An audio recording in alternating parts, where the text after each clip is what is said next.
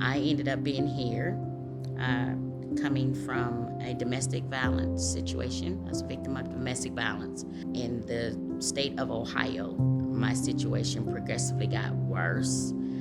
I have a mental and a physical disability, and I think it's mainly due to my circumstances of being in a bad marriage for 20 years, a certain level of stress. I have a chronic form of lupus. Unfortunately for me, my significant other became more or less mentally and emotionally abusive. I had open heart surgery while I laid in the hospital with these tubes, draining fluid from around my heart for a pericardial window. The man that I thought I married to be forever stole my wallet and spent every cent of my savings. When I was discharged to the hospital, I had to walk to the nearest homeless shelter, which thank God it wasn't far. So yes, I wanted to die, and that was my lowest point. The first thing he did as a malignant narcissist was isolate me from my family. So I didn't get to see my daughters. I have two daughters, one is 31 and the other one is 23. I just never gave up. You know, I was distraught, I was discouraged, I cried a lot. I jumped through the necessary hoops. I got in contact with a young man named Corey Ellis, and he in turn blessed me with this place, the Salvation Army, here at this location. And that's when my story changed. But it got more exciting once I got here to see how the people here, the level of friendliness and everyone saying hello, looking like they're happy to be here. The place was immaculately clean. I had my own bed. There was a door for privacy, all these things that people take for granted, you know. So getting here, seeing that there was, you know, people constantly rotating in and out. As I moved in, people were moving out. And I was like, wow, this really works. We had group therapy, which I think is awesome. I'm a big advocate for therapy.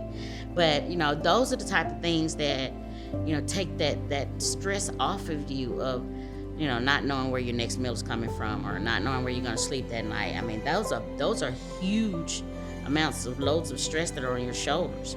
After being here like 2 weeks, I'm settling in. I'm like, oh wow, I feel like I'm at home. I'm able to see my children because you're allowed visitors. Most importantly, and I don't ever want to forget it, is that this place made me feel safe. And the day that I received my keys to my apartment, where my stuff will be, that I can call my home by myself, I was so elated, you know, that all I could do was just hug them and thank them for being who they were. I've learned empathy, I've learned sympathy, I've learned compassion, but they possess those things and more. It's a new level of caregiving, and I totally appreciate it because it was everything that I needed and that I had been seeking for so long, wrapped up in this one place. This place is full of so many resources.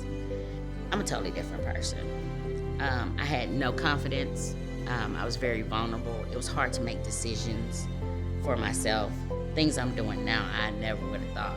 Even the doctor said, you can't do this. I'm going to the gym. I'm working out. I'm able to see my mother once a month.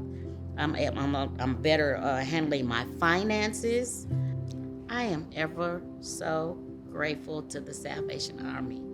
And it's because they allowed me the stepping stone I needed to have a new life. I had lost my way, and I'm so grateful that they had the resources to help me get back on track. I came here with nothing, and I was a survivor and a victim, and I'm still surviving, but I'm no longer a victim.